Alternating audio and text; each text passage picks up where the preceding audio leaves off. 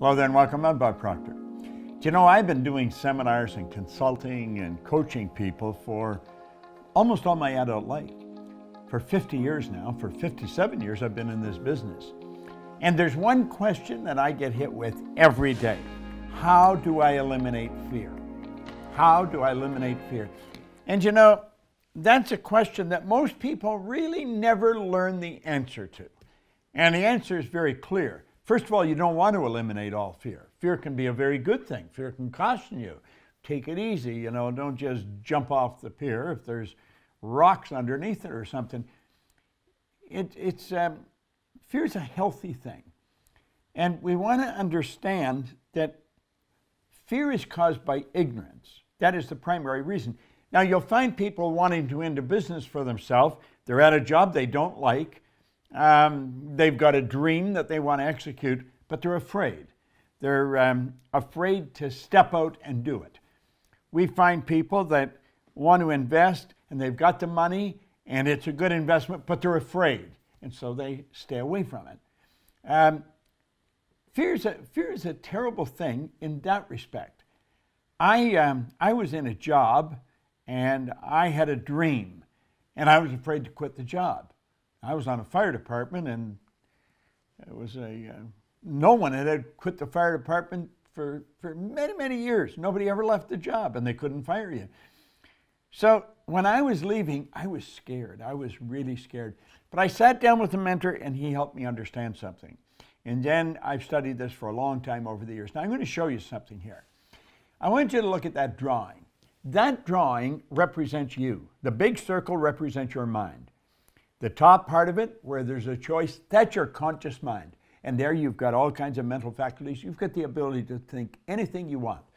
The bottom half of the big circle is your subconscious mind. It has no ability to choose. It has no ability to think. It'll accept whatever you give to it. And it's what you give to it that's going to determine what happens to the little circle there, because that's your body. So the way we act, the way the body moves, is an expression of what's going on in the mind.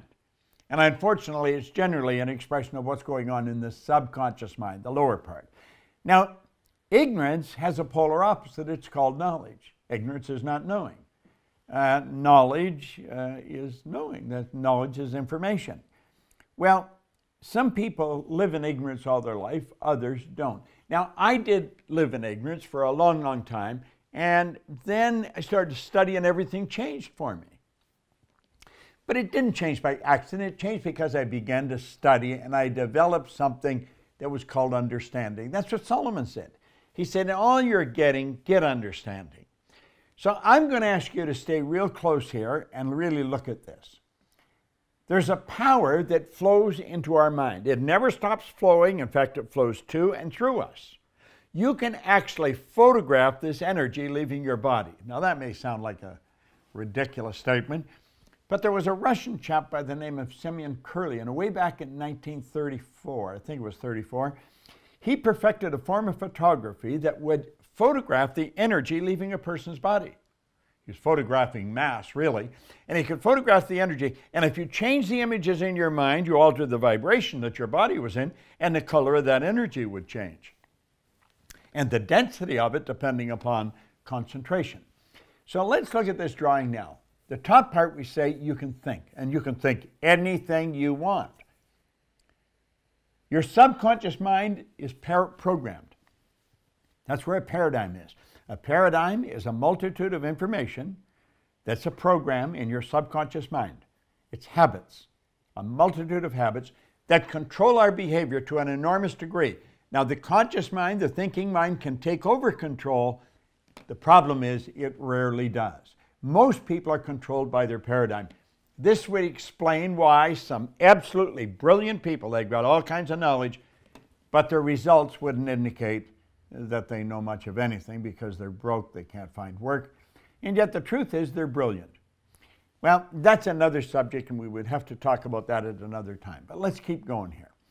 The conscious mind, remember we said you had the ability to choose. Well, what do most people do? If they see a situation they don't really understand, they start worrying. Am I going to have enough money?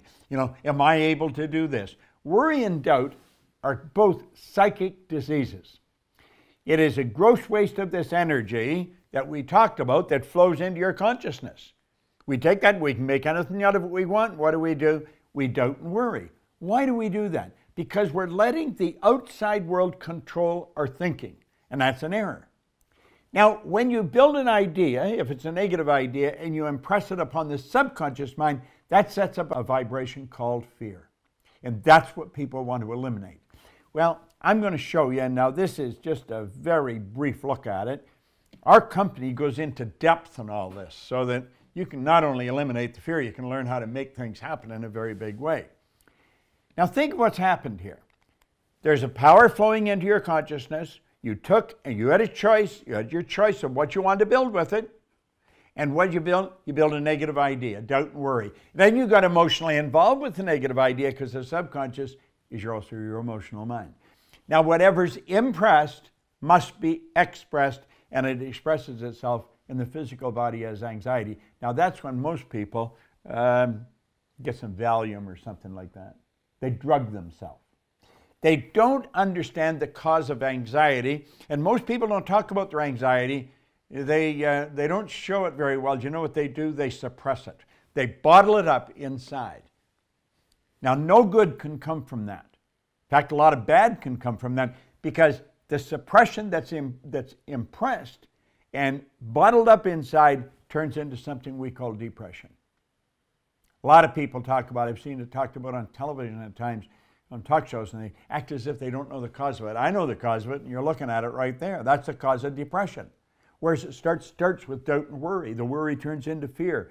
Fear is expressed in anxiety. We suppress the anxiety, and it turns into depression. The depression eventually will cause your body to break down. That's what's called disease. You know, St. Clair Lewis was right. He said, we don't die, we kill ourselves. That disease turns into disintegration. Now that all may look like, oh, come on, you've simplified this too much. You can't simplify it too much. Our problem is we don't understand ourselves. We don't understand how the mind works and the relationship of the mind to the body and the outside world. Now, can you change this? Absolutely you can change it. Faith based on understanding. Blind faith isn't worth diddly. Blind faith, first time you get tested, boom, the faith is gone. Do you know, faith and fear are two interesting things. They both absolutely demand you believe in something you cannot see. But let's take a look at this a little further, okay? Here we are. Remember, power is flowing into our consciousness. We have the ability to think anything we want. The paradigm, that's the subconscious that has no abilities to reject. It'll just take anything, doesn't have a choice. So the opposite of the doubt and worry, have you noticed the polar opposite? See the two symbols? They represent a law of opposites, or a law of polarity. Negative, positive, up, down, hot, cold, in, out. Everything has an opposite, question, answer. Now, the opposite of doubt and worry is understanding. Solomon said that a long time ago. He said, in all you're getting, get understanding. There's only one way to develop understanding. There is no other. One route, one road, and that is through study. If you do not study, you're not going to understand. Now, when we start to understand ourselves, our world changes. Before I ever started to study this, I held dumb jobs.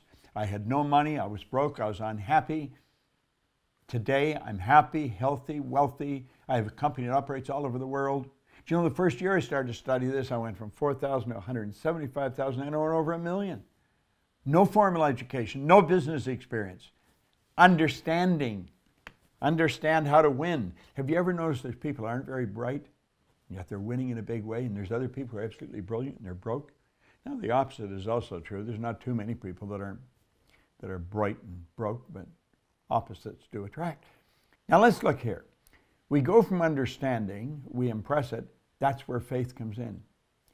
You see, faith is the ability to see the invisible, to believe in the incredible, and that will permit us to receive what the masses call impossible. We've got to understand how this power that's flowing to and through us, how it moves into form. How do we get results? That is very important. That's what our company teaches. You attend our seminars, you'll see it. You'll really understand it, and that's what you need. You need understanding. See, there's all kinds of forms of study. We get in, just study a book. Well, sometimes the book doesn't do it. Sometimes you need somebody to explain things to you. Faith manifests not in anxiety like its polar opposite, fear. It manifests in well-being. You remember we said fear was suppressed? Well-being is expressed. You'll see a person, there's a quickness to their step, there's a smile on their face, good handshake. They've got things going in the right direction. Why? Because they understand. Now, they're faced with the same situation. It isn't the situations that depress people.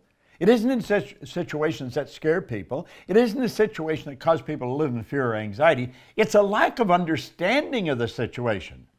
A bad situation is also a good one. If it's real bad, it's real good. There's your law of opposites again. Now, the expression picks up speed. Where we said before, it turns into depression, the expression turns into acceleration. And why? I'll tell you why. Because we're at ease. There's no tenseness. And the energy's flowing freely. We're creative beings. That's how you create. And the at ease causes creation, where its polar opposite causes disintegration. That's right. Now you've got to admit, that's the way to live.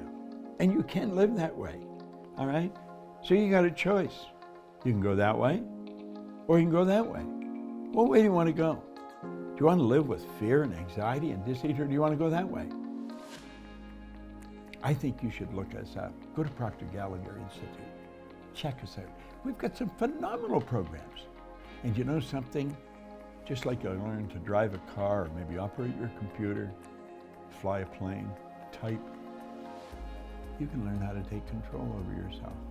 It's a beautiful idea, and this is a way you can live all the time. I'm just giving you a quick look at this. Wouldn't you like to understand it in depth? It's Bob Proctor. Thank you.